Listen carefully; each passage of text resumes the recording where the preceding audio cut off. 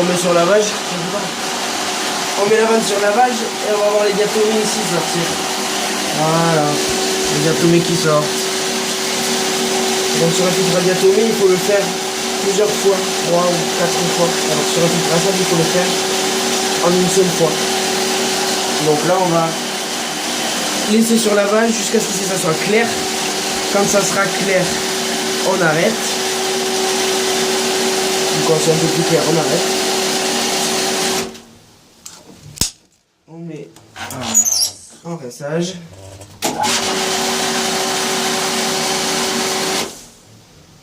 Donc on a rincé. Et on va le refaire. Voilà, et comme ça on revoit les diatomées. C'est pour décoller en fait toutes les diatomées, bien décoller les diatomées des cadres filtrants. Et on va faire cette opération 3 ou 4 fois, exactement.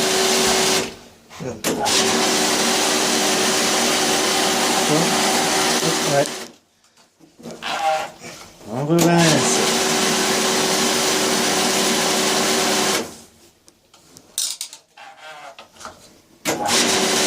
Voilà, je rappelle, c'est pour enlever les diatomées qui sont sur les plaques, en fait, simplement on appelle ça des plaques. Les cadres filtrants. Les cadres filtrants.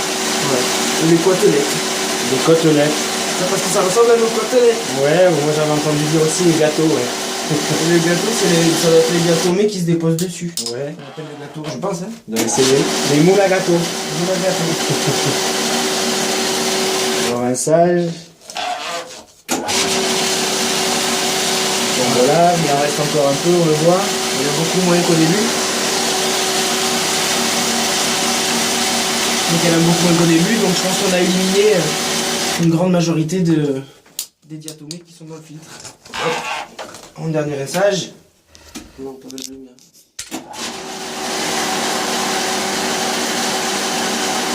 Donc on va fermer les vannes pour se mettre en sécurité et pas avoir de retour d'eau. Vanne. Donc ici le local technique est un petit peu exigu. Pour faire des prises de vue, c'est un peu compliqué. 4, 5,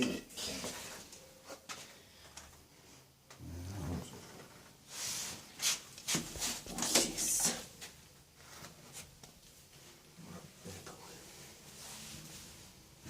Après les vannes. Les vannes sont fermées. On va purger le filtre. Donc je vais purger, puisque là le filtre est plein d'eau, donc je vais purger le filtre de manière à... Parce que quand j'ouvre, ben, j'inonde pas le local. Donc pour ça, on ouvre la plage.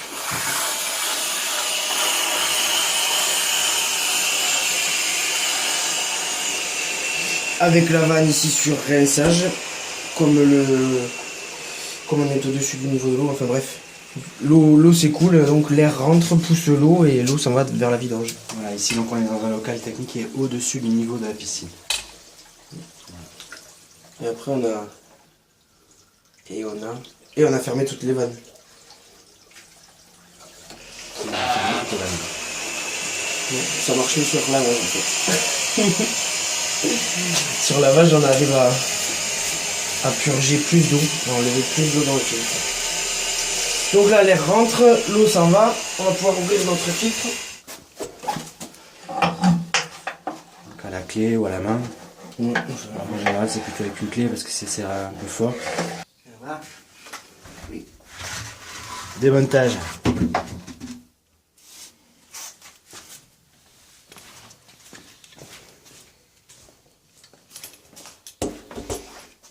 Voilà en immersion.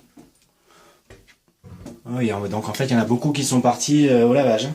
Oui, oui. Ça a bien fait le boulot. Donc vous voyez à quoi ça a servi de rincer 3 ou 4 fois. C'est dommage. Enfin, si vous avez un filtre à diatomée, vous connaissez, normalement il y a des plaques, il y a des diatomées qui sont posées un peu partout ici. Donc là vous voyez que le gros du travail a été bien avancé, et ce qui est un gain de temps considérable.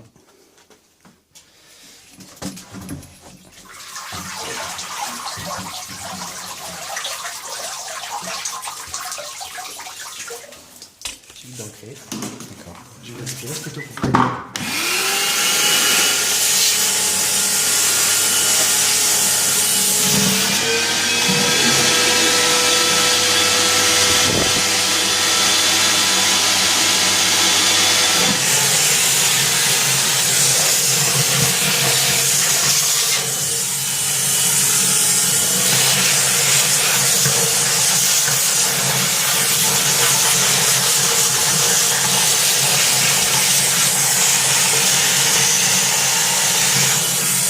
Ici, ça c'est le diffuseur, donc ce grand tube blanc là.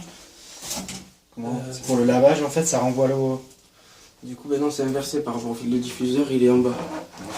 Le diffuseur est en bas, l'eau arrive en bas. Attends. Oui, l'eau arrive en bas et ressort propre.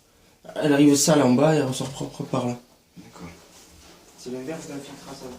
Pour les enlever, on dévisse les vis. Papillons. Les écrous papillons.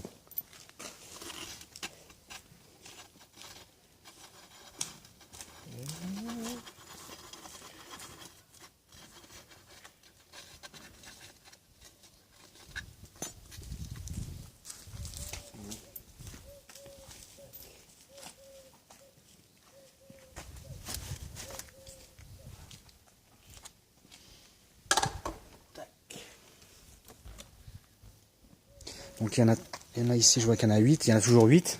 Il y en a toujours 8. Toujours 8, et pourquoi? 7 grandes et une petite. D'accord. Après, la taille, il y a des plus grandes et des plus petites par rapport au débit du filtre. D'accord, donc en fait il y a des plaques plus ou moins grandes selon la taille du filtre, mais donc en général 8 plaques. Celles-là, elles sont propres puisque la piscine, elle est intérieure.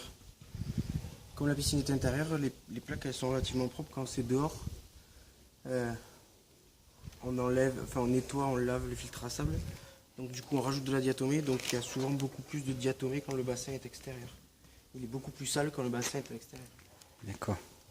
Je vais aller faire une prise de vue rapide de la piscine pour montrer qu'en fait elle est abritée. Voilà, donc c'est une piscine abritée. Hein. C'est pour ça que les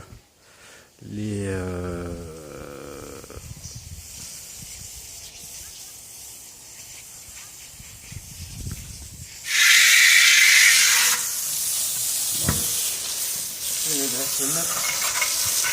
Avec un peu à pied.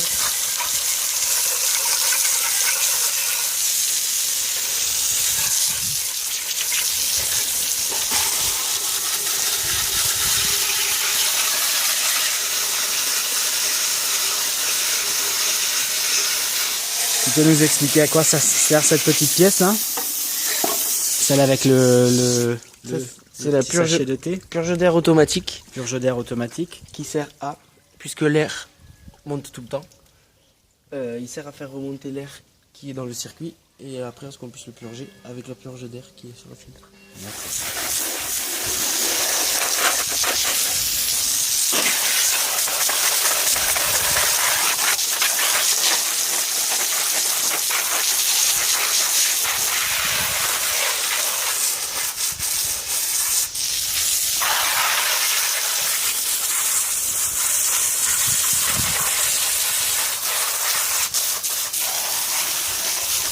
Quelle est la durée de vie moyenne de ces côtelettes? La durée de vie moyenne, elle dépend de votre entretien. Celles-là, elles ont 2 ans, elles sont comme neuves puisqu'on les nettoie tous les ans et elles sont très peu sollicitées. D'accord. Ça peut durer, ça dépend de l'entretien du bassin. Et si jamais donc je casse ma côtelette ou elle se fend parce que je ne l'ai pas bien entretenue, est-ce que c'est difficile de retrouver C'est des... modèles Ça de... se retrouve. Ça se trouve. Ça se trouve. Donc les recommandations, si jamais vous voulez installer un filtre à diatomée, c'est plutôt de prendre une... Installer un filtre à diatomée? Ouais. On installe un filtre à diatomée que sur des piscines intérieures. Sur des piscines extérieures, c'est comme mon avis, mais c'est trop performant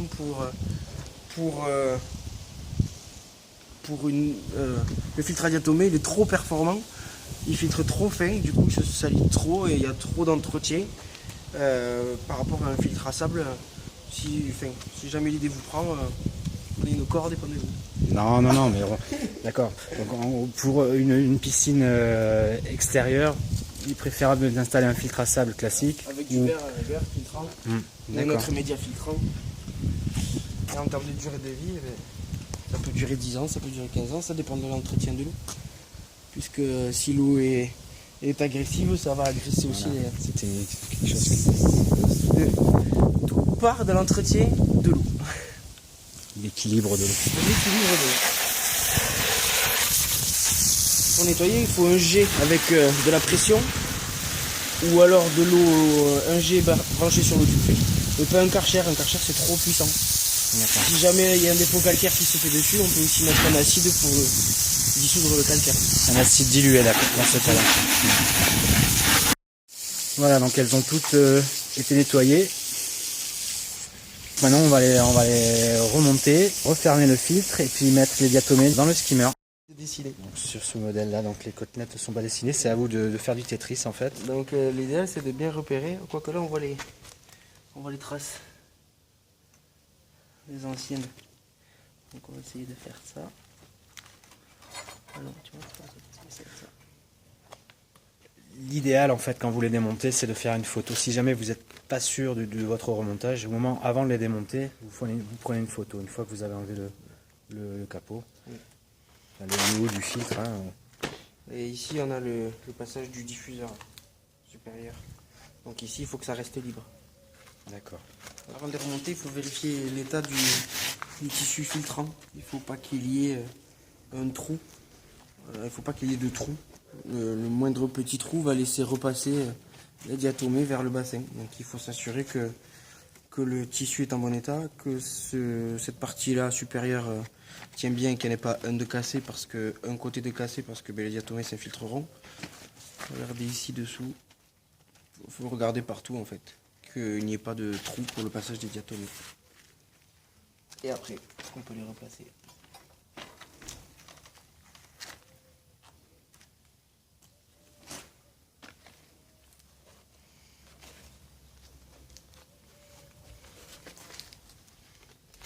Donc les trous les plus fréquents, c'est là. C'est dessous. Où ça a cassé. D'accord. Notre pièce qui se casse régulièrement, c'est la purge d'air qui se casse. D'accord. Donc obligation de remplacement. Et ça, c'est des pièces qu'on peut trouver en détail dans le commerce. Sur commande, puisque c'est pas des pièces les plus répandues, donc sur commande. C'est beau, c'est très beau. Je sais pas si c'est dans le bon sens. On va voir.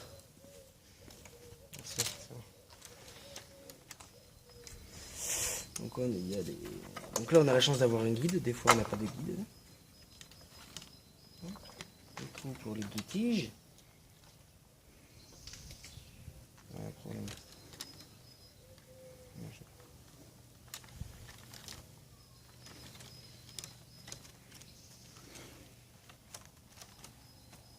Flic flac.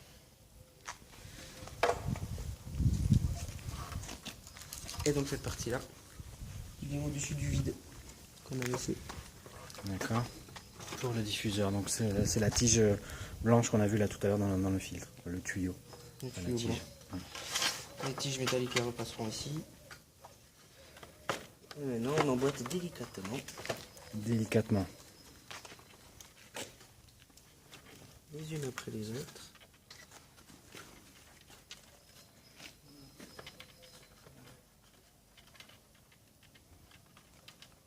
En vérifiant le bon emplacement.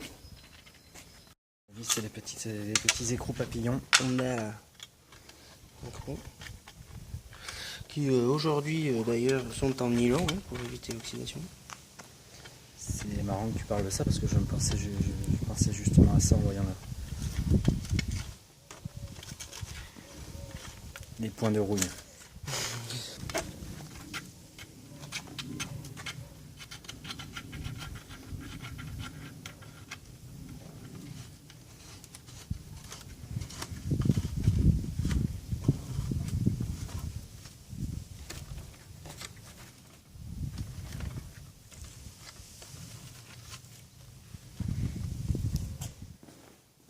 Donc bien sûr, avant, on a bien graissé le joint qui est sur le diffuseur supérieur. Voilà, donc le joint a été graissé, ici, là.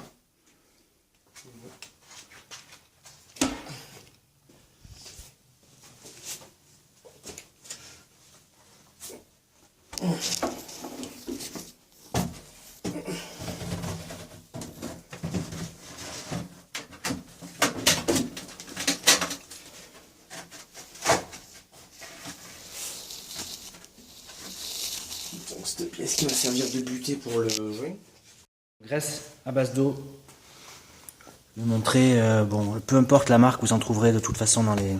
La vaseline fait aussi effet. Dans un magasin de bricolage. Le but étant que le joint ne s'assèche pas. Voilà, non. On remet le capuchon, Soit porte. le on du filtre. On met la capote. Bien sûr avec le manomètre vers nous. Pour pouvoir le voir.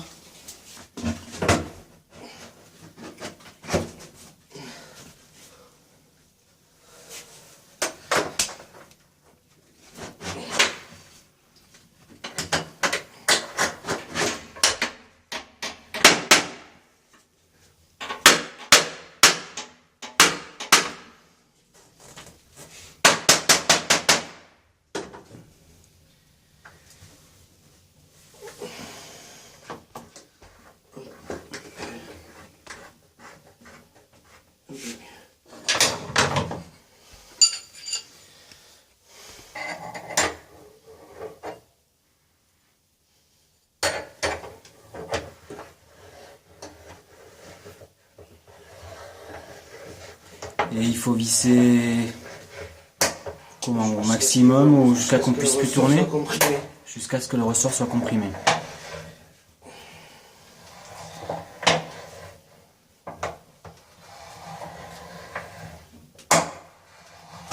Bon, donc cette partie-là est très importante. Ici, l'étanchéité est très importante puisque c'est l'endroit où le filtre se sépare. Il peut y avoir donc des passages d'eau, des passages d'air. Et n'oubliez pas que l'installation est en pression permanente quand la filtration est en marche. C'est vraiment... il faut être vigilant ici. Les cercles de métal qui encadrent le filtre, en fait c'est 2 demi-cercles, hein, donc il faut visser les deux côtés. Donc l'idée, pour avoir le moins d'embêtement possible, c'est lors du démontage de n'en dévisser qu'un seul. Voilà. Et au moment du remontage, de vérifier que les deux sont correctement serrés. Pour notre filtre qui a donc un débit de 22 m3, une surface filtrante de 4,46 m², nous avons besoin de 3,5 kg de diatomée au démarrage et ensuite de 2,5 kg après les lavages et rinçage. Et voilà. Ah, j'ai oublié de vous présenter mon doseur de diatomée. Doseur de diatomée. Diatomée, 400 grammes, en graduation, complet, ça fait 500 grammes. Un pot comme ça se trouve dans le commerce, dans un magasin spécialisé en piscine. 500.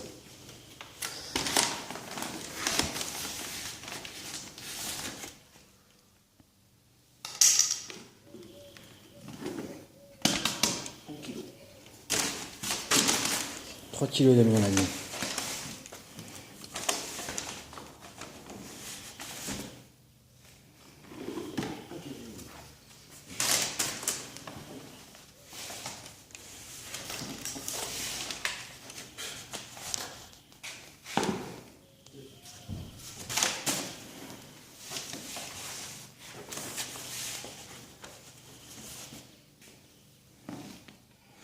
Tu nous rappelles ce que c'est les diatomées? Donc ce sont des algues. Ce sont des algues. Des algues. Hein. Ce sont des algues séchées, déconstituées Voilà. et déshydratées. Finesse de filtration, on parle de 5 à 10 microns. 5 microns. 5 microns. J'ai jamais été dans le filtre pour vérifier, mais donc 3 kilos. Donc on a 3,5 kg on a dit. 3 kilos. Donc hop, on répartit un peu. Donc n'oublions pas que les diatomées sont très volatiles, très poreuses. N'oubliez pas de mettre un masque.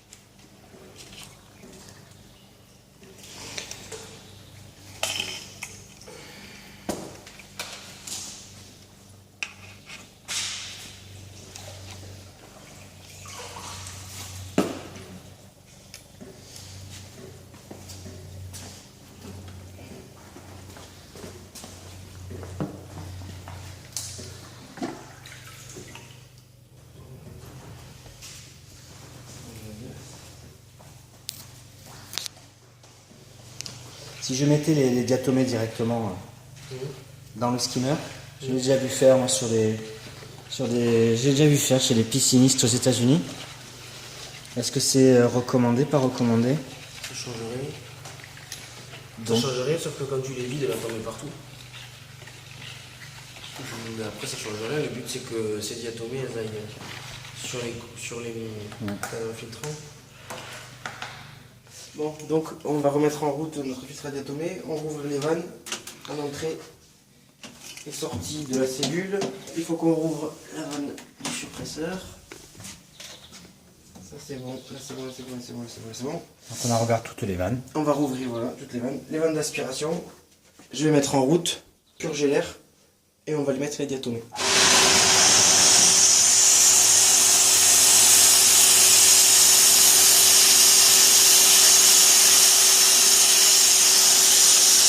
Question. Donc là en fait on purge l'air.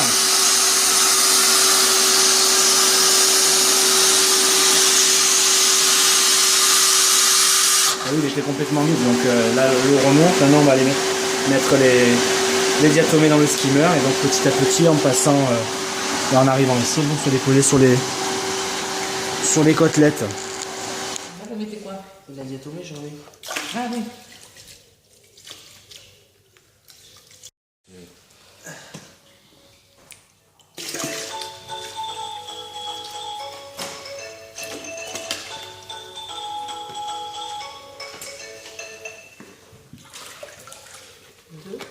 Bon, finalement, ça se passe bien maintenant l'entretien. On va croiser les doigts, hein. Non, mais vous avez pris les choses en main et du coup. Oui, sauf que après, il y a des choses que je sais pas faire, hein. Pour ça, je vous appelle, hein. Ouais, oui, non, mais enfin, elle se salit pas trop, donc du coup, il n'y a pas besoin d'intervenir sur le filtre.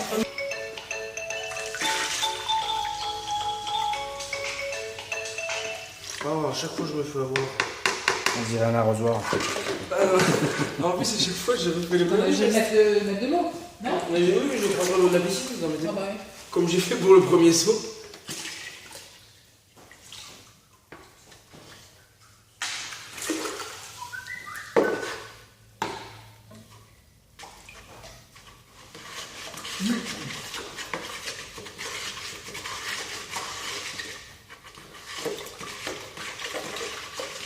Et là, oui, petit cochon.